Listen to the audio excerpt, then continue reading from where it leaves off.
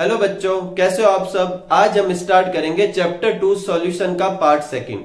अगर अभी तक आपने पार्ट फर्स्ट विजिट नहीं किया है तो इस कार्ड पर क्लिक करके पहले पार्ट फर्स्ट विजिट कीजिए और फिर ही ये कंटिन्यू कीजिएगा। पार्ट फर्स्ट में अपन ने सॉल्यूशन की कंसंट्रेशन की कुछ टर्म कर ली थी, जैसे mass percentage, volume percentage, mass volume percentage, mole fraction और बाकी की अब करते हैं। तो स्टार्ट करते हैं किससे? मोलरिटी से। तो देखो मोलरिटी बेसिकली क्या होता है कि 1 लीटर सॉल्यूशन लूं तो उसमें मैंने सॉल्यूट के कितने मोल डालकर सॉल्यूशन बनाया है उसको अपन क्या कहेंगे? मोलरिटी। मतलब नंबर ऑफ ग्राम मोल या मोल of solute dissolve in 1 litre solution, उसे अपन क्या कहेंगे? मोलरिटी। अब मोलरिटी फाइंड करने का क्या तरीका है? जो ग्राम मोल ऑफ सॉल्यूट है उसको अपन डिवाइड कर देंगे वॉल्यूम से, और वॉल्यूम किस में पुट करेंगे? लीटर में, ताकि 1 लीटर का आंसर आ जाए। उसे अपन क्या कहेंगे? मोलरिटी। अब देखो ग्राम मोल को या मोल को अपन ने एन से डिनोट करते हैं। मोल फ्रैक्शन में भी अपन ने लिखा था, तो इसको अपन एन से डिनोट करते हैं और वॉल्यूम को किससे डिनोट करते हैं? वी से, और वी किस में? लीटर में। तो एकदम सिंपल सा फॉर्मूला हो गया एन अपॉन वी। तो अगर आगे भी किसी जगह पर एन अपॉन वी आए तो उस जगह अपन मोलरिटी या कंसंट्रेशन का सी लिख सकते हैं, क्योंकि एन अपॉन वी किसको डिनोट करता है? मोलरिटी, जो बेसिकली कंसंट्रेशन है। ठीक है, अगर ये v लीटर में है तब तो ठीक है, अगर ये ml में है तो अपन ऊपर 1000 से मल्टीप्लाई करेंगे। ऐसा क्यों किया अपन ने? देखो ml को लीटर में कन्वर्ट करने के लिए 1000 से डिवाइड करते हैं, तो वो जो यहां डिवाइड करेंगे वो 1000 कहां चला जाएगा? ऊपर। एकदम सिंपल। आगे देखते हैं एन मोल कैसे निकालते हैं। मोल निकालने का क्या तरीका होता है? जिस सॉल्यूट का मोल निकालना है अपन उसका मास और उसको डिवाइड कर देंगे उसके मोलर मास से। तो मास को अपन ने देखा था मास परसेंटेज में कि अपन W से डिनोट करते हैं, तो मास के लिए अपन ने W लिख दिया और मोलर मास को अपन M से लिख देते हैं। तो N फाइंड करने का फॉर्मूला क्या हो जाएगा? Mass upon molar mass. ये W अपॉन M जो है वो N की जगह पुट करेंगे तो मोलरिटी का फॉर्मूला आ जाएगा। क्या आ जाएगा? W upon M into V. Litre में है तब तो यही, और मिलीलीटर में है तो ऊपर 1000 पुट कर देंगे, कोई प्रॉब्लम नहीं। यूनिट क्या होगी? देखो यूनिट कैसे निकालेंगे? एन जो है वो मोल है तो ऊपर यूनिट क्या हो जाएगी? मोल। और वी जो है वो लीटर है तो क्या हो जाएगा? मोल पर लीटर। एकदम सिंपल। या मोल लीटर इनवर्स भी लिख सकते हैं, कोई प्रॉब्लम नहीं। आगे देखते हैं। एक चीज मैं आपको बता दूं, देखो W जो है वो बेसिकली मास है और V जो है वॉल्यूम है। Mass upon volume, mass upon volume होता है डेंसिटी। तो अगर किसी क्वेश्चन में डेंसिटी गिवन हो और उसकी जगह मास और वॉल्यूम दोनों ही नहीं गिवन हो तो चल जाएगा, कोई प्रॉब्लम नहीं। W अपॉन V दोनों की जगह अपन क्या पुट कर देंगे? डेंसिटी। तो डेंसिटी इंटू 1000 अपॉन M क्या हो जाएगा? फॉर्मूला। याद रखना ये कंसेप्ट, ठीक है। नेक्स्ट अपन स्टार्ट करते हैं न्यूमेरिकल से। तो देखो न्यूमेरिकल कैसे करते हैं। पहला एक न्यूमेरिकल आपकी बुक में ही दे रखा है एग्जांपल की, कैलकुलेट करनी है molarity of solution. 5 gram of NaOH dissolve कर रखे हैं 500 ml सॉल्यूशन में। तो 2-3 चीजों पे फोकस करेंगे। मास दे रखा है 5 ग्राम, मोलर मास अपन निकाल लेंगे क्योंकि अपन को पता है NaOH है तो उसका मोलर मास निकाल लेंगे। सॉल्यूशन का वॉल्यूम दे रखा है, मोलरिटी निकालना है, बड़ा आसान है। देखो mass of solute, mass of solute कितना है? 5 ग्राम। कितना दे रखा है? 5 ग्राम, कोई प्रॉब्लम नहीं। Next molar mass of solute जो कि NaOH है, तो NaOH का मोलर मास कैसे निकालेंगे? तो Na का जो मास नंबर होता है वो कितना होता है? 23। ऑक्सीजन का कितना होता है? 16। और हाइड्रोजन का कितना होता है? 1। सम करेंगे तो कितना जाएगा? 40, कोई प्रॉब्लम नहीं। अब उनको सम करने पे 40 जो आता है अपन को क्या लिखना? Molar mass. तो 40 तो लिखेंगे लेकिन यूनिट क्या लगाएंगे? ये मास नंबर नहीं है, मोलर मास है, तो यूनिट लगाएंगे ग्राम अपॉन मोल। ये याद रखना, मोलर मास की यूनिट भी होती है, क्या होती है? ग्राम अपॉन मोल। वॉल्यूम, वॉल्यूम कितना दे रखा है? 500 ml। कितना दे रखा है? 500 ml, कोई प्रॉब्लम नहीं। आगे करते, देखो मोलरिटी जो होता है उसका फॉर्मूला क्या होगा? W into 1000 upon M into V। क्योंकि V अपन को किस में दे रखा है? ml में दे रखा है, इसलिए फॉर्मूला लगा दिया। अब W की जगह W की वैल्यू लिख देंगे। देखो W की वैल्यू कितनी है? 5। तो कितना हो जाएगा? 5 इंटू 1000, कोई प्रॉब्लम नहीं। M अपन निकाल चुके हैं, कितना आया था? 40। और V अपन को क्वेश्चन में दे रखा है 500। 0 से 2 0 से 2 0 कट, ये भी कट हो जाएगा, 5 से 5 भी कट हो जाएगा। क्या आ जाएगा? 1/4। कितना आ जाएगा? 1/4। और 1/4 को अपन क्या लिख सकते हैं? 0.25। मोलरिटी की यूनिट की जगह आप मोल पर लीटर लिख सकते हो, मोल लीटर इनवर्स लिख सकते हो और कैपिटल एम भी लिख सकते हैं, कोई प्रॉब्लम नहीं। अगला क्वेश्चन लेते हैं। देखो 1.2 gram of a substance A dissolve in 250 centimetre cube, centimetre cube बोले तो ml, ठीक है। Solution to give 0.1 molar solution, मतलब मोलरिटी दे रखी है, क्या बोल रहा है 0.1 मोलर सॉल्यूशन, इसका मतलब मोलरिटी कितनी है 0.1। तो फिर फाइंड क्या करना है, मोलर मास फाइंड करना है। एकदम सिंपल सा है, देखो इस क्वेश्चन में जो W है वो कितना है 1.2 ग्राम, कितना है 1.2 ग्राम, और जो मास मोलर मास है वो अपन को पता नहीं, वॉल्यूम कितना दे रखा है 250 ml दे रखा है और मोलरिटी कितना दे रखा है 0.1 है। कोई घबराने की जरूरत नहीं, वो का वो फॉर्मूला यूज करेंगे। मोलरिटी दे रखा है तो मोलरिटी की जगह कितना लिख देंगे 0.1। W भी क्वेश्चन में दे रखा है 1.2, 1000 की जगह अपन क्या लिख देंगे 1000। M अपन को गिवन नहीं है तो M की जगह M, मोलर मास जो की, और वॉल्यूम कितना दे रखा है 250, कोई प्रॉब्लम नहीं। ये इससे कट हो जाएगा, कितने टाइम का कट हो जाएगा 4 टाइम, ठीक है। M निकालना है तो M इक्वल टू क्या हो जाएगा 1.2 इंटू 4 और ये इधर आ जाएगा 0.1, ठीक है। सॉल्व कर लेंगे तो कितना आ जाएगा 48। अगेन ये मोलर मास है, क्या है मोलर मास, तो अपन 48 नहीं लिखेंगे, क्या लिखेंगे जो अभी मैंने यूनिट बताई थी, क्या लिखेंगे ग्राम पर मोल, कोई प्रॉब्लम नहीं। नेक्स्ट बहुत ही इंपॉर्टेंट क्वेश्चन है, आपकी बुक के पीछे की एक्सरसाइज में दे रखा है और बहुत छोटा क्वेश्चन है, डेटा नहीं दे रखे इसलिए बच्चे अक्सर कंफ्यूज हो जाते हैं। एकदम सिंपल सा है कि find molarity of pure water, pure water की मोलरिटी क्या होती है, कोई डेटा नहीं, कोई मास नहीं, कोई वॉल्यूम नहीं, कुछ भी नहीं दे रखा, अब कैसे निकालेंगे। तो यहां पर मैंने अभी जो आपको कंसेप्ट बताया था वो काम आएगा। वाटर की जो डेंसिटी होती है वो बड़ी सिंपल होती है 1, क्या होती है डेंसिटी, वाटर की डेंसिटी होती है, मैं यहां लिख देता हूं, वाटर की डेंसिटी होती है 1 ग्राम पर ml, 1 ग्राम पर ml होती है, ये अपन को पता है, ठीक है। उससे अपन निकाल लेंगे, देखो कैसे निकालेंगे, W अपॉन V की जगह अपन क्या लिख देंगे डेंसिटी, ठीक है। मास अपॉन वॉल्यूम क्या होता है डेंसिटी इंटू 1000 क्यों लिया, बिना 1000 वाला फॉर्मूला क्यों नहीं यूज किया, क्योंकि ये जो डेंसिटी है वो किसमें है ml में, ठीक है। M की जगह M लिख देंगे और V अपन को लिखने की जरूरत नहीं क्योंकि W अपॉन V की जगह अपन डेंसिटी यूज करेंगे। मोलरिटी फाइंड करनी है अपन को, क्या फाइंड करनी है मोलरिटी, तो मोलरिटी फाइंड कैसे करेंगे, डेंसिटी की जगह लिख देंगे 1, 1000 की जगह अपन क्या लिख देंगे 1000, और मोलर मास अपन को वाटर का मोलर मास तो पता है, वाटर का मोलर मास कितना होता है 18, कितना होता है 18, तो 18 से क्या कर देंगे डिवाइड, और 18 से डिवाइड करेंगे तो कितना आंसर आ जाएगा 55.55, कितना आ जाएगा 55.55, ये अपने मोलरिटी हो गई। प्योर वाटर की मोलरिटी कितनी होती है 55.55, ठीक है। तो आप ये अच्छे से नोट कर लीजिए। नेक्स्ट टॉपिक लेते हैं मोलरिटी। तो देखो मोलरिटी क्या होती है, number of gram mole of solute dissolve in 1 kilogram of solvent is known as molarity. यहां पर दो बेसिक डिफरेंस है मोलरिटी की डेफिनेशन से, एक वहां पर 1 लीटर सॉल्यूशन पे निकाली जाती थी, यहाँ 1 किलोग्राम है, और दूसरा डिफरेंस क्या है वो भी किसका है सॉल्वेंट का। तो वॉल्यूम की जगह क्या यूज करना है मास यूज करना है, और वो भी किसका सॉल्वेंट का, सॉल्यूशन का नहीं। बाकी फॉर्मूला सेम है, वहां पे भी ग्राम मोल ऑफ सॉल्यूट ऊपर पुट कर देते हैं, यहाँ पे भी करेंगे ग्राम मोल ऑफ सॉल्यूट, नीचे मोलरिटी में वॉल्यूम ऑफ सॉल्यूशन पुट करते हैं, यहाँ क्या पुट करेंगे मास ऑफ सॉल्वेंट, ठीक है। तो 1 किलोग्राम सॉल्वेंट में कितना मोल सॉल्यूट ले रखा है वो क्या डिनोट करता है मोलरिटी शो करता है, ठीक है। फॉर्मूला क्या हो जाएगा N, जिसको अपन ने क्या बोला था मोल of solute, capital W mass of solvent.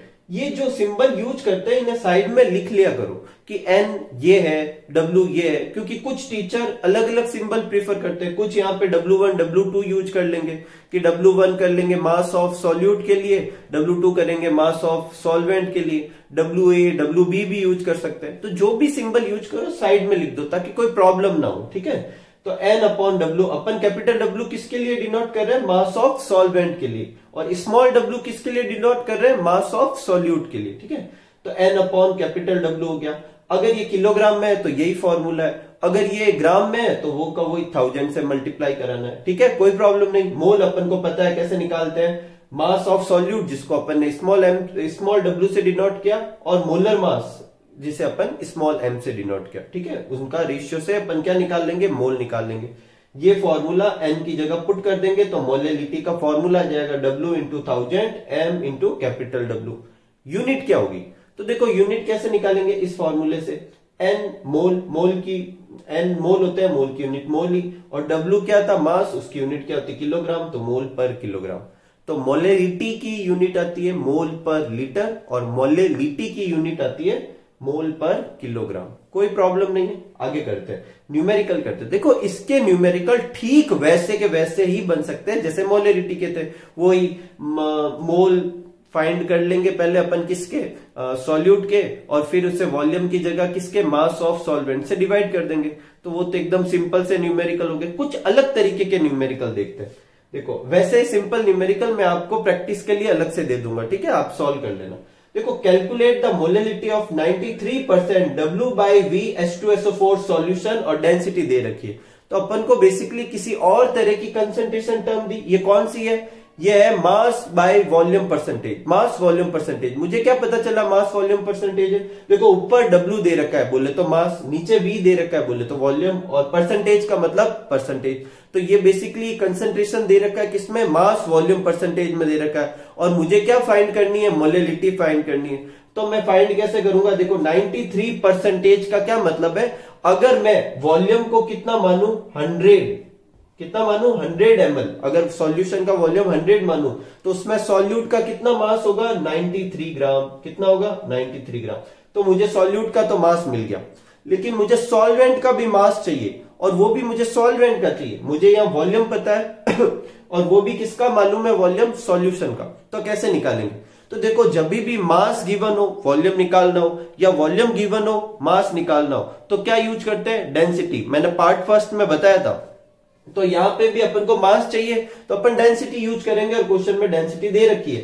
तो देखो वॉल्यूम कितना है सॉल्यूशन का? 100, ठीक है, और डेंसिटी कितनी दे रखी है सॉल्यूशन की? 1.8। तो बेसिकली 1.8 से मल्टीप्लाई कराएंगे तो कितना आ जाएगा? 180 ग्राम आ जाएगा। ग्राम क्यों आया? क्योंकि डेंसिटी में यूनिट क्या है? ग्राम, ठीक है, इसलिए मास ऑफ सॉल्यूशन कितना आ गया? 180 ग्राम। अब क्या करेंगे? अपन को तो मास ऑफ सॉल्वेंट चाहिए।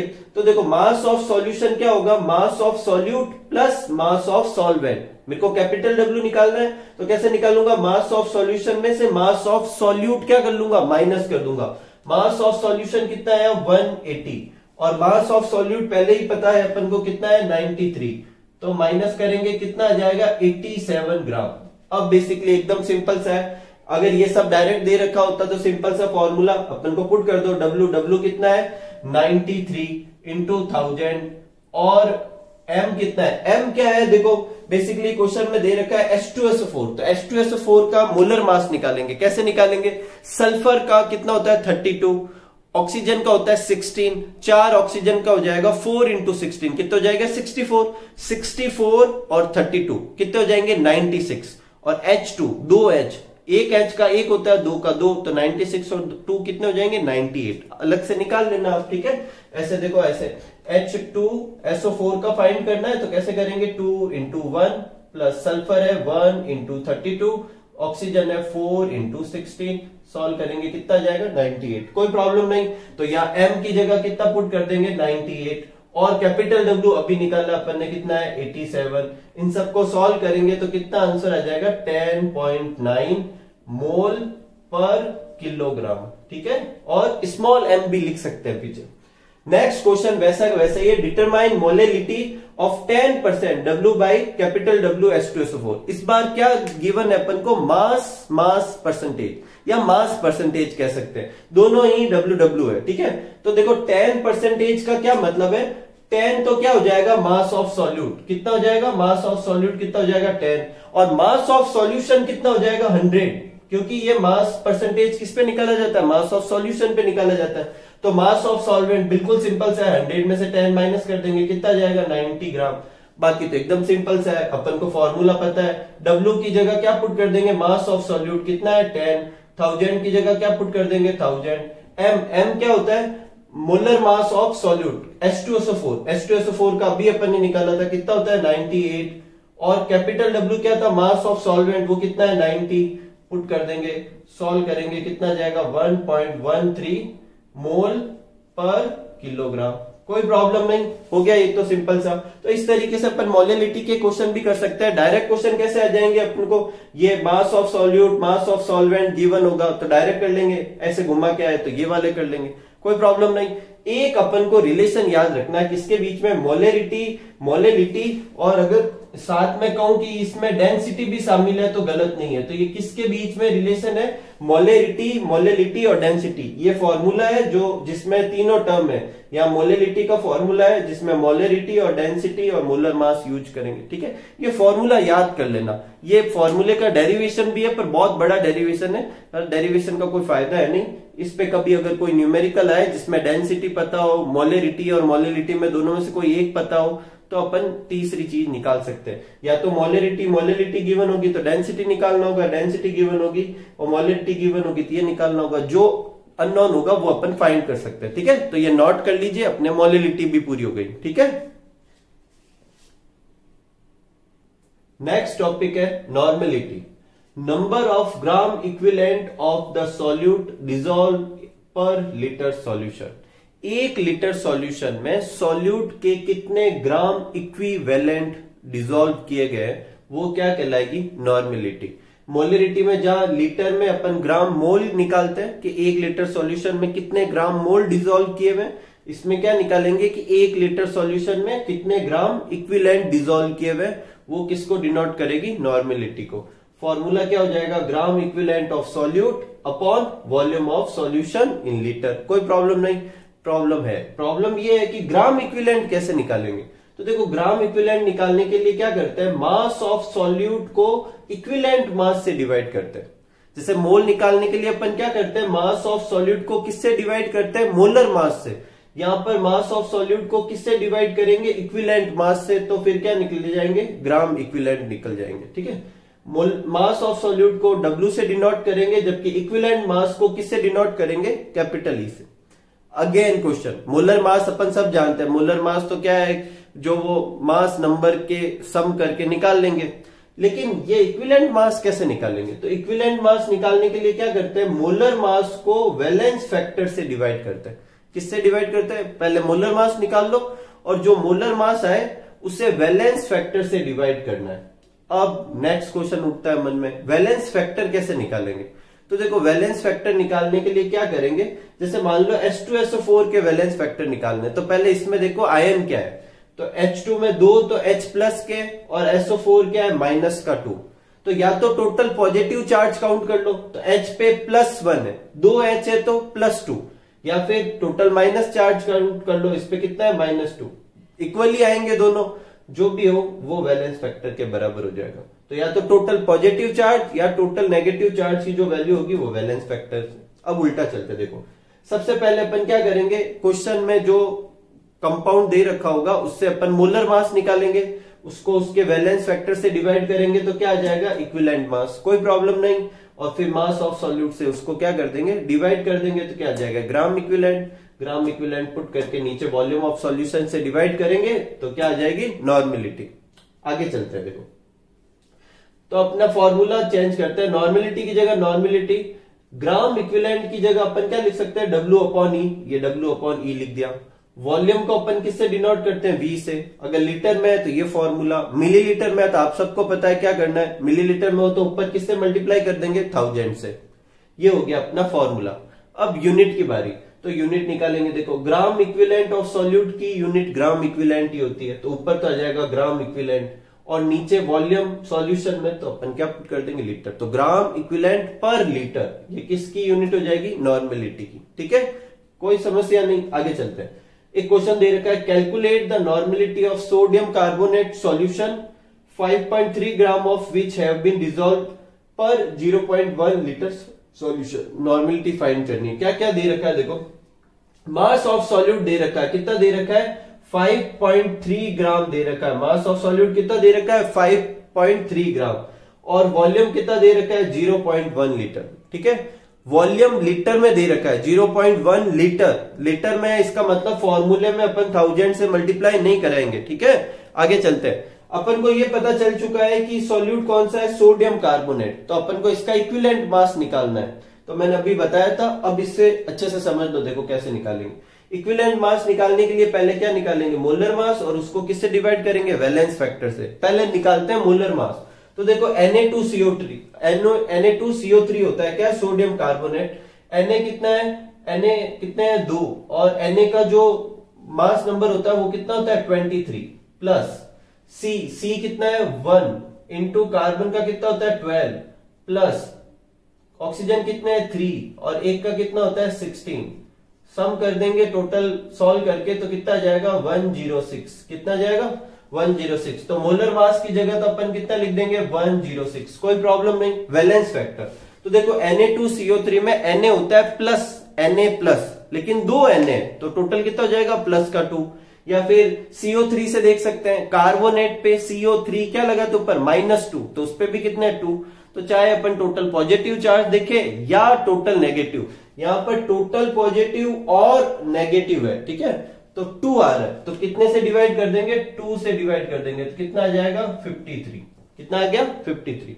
सबकी वैल्यू पता है, W की वैल्यू पता है, W की जगह W की वैल्यू पुट कर देंगे 5.3, ठीक है। E की जगह E की वैल्यू कितनी है 53, और V की जगह V की वैल्यू कितनी है 0.1, ठीक है। 1000 से करने की जरूरत नहीं है, क्यों नहीं है जरूरत, क्योंकि 1000 लीटर में ही है पहले से।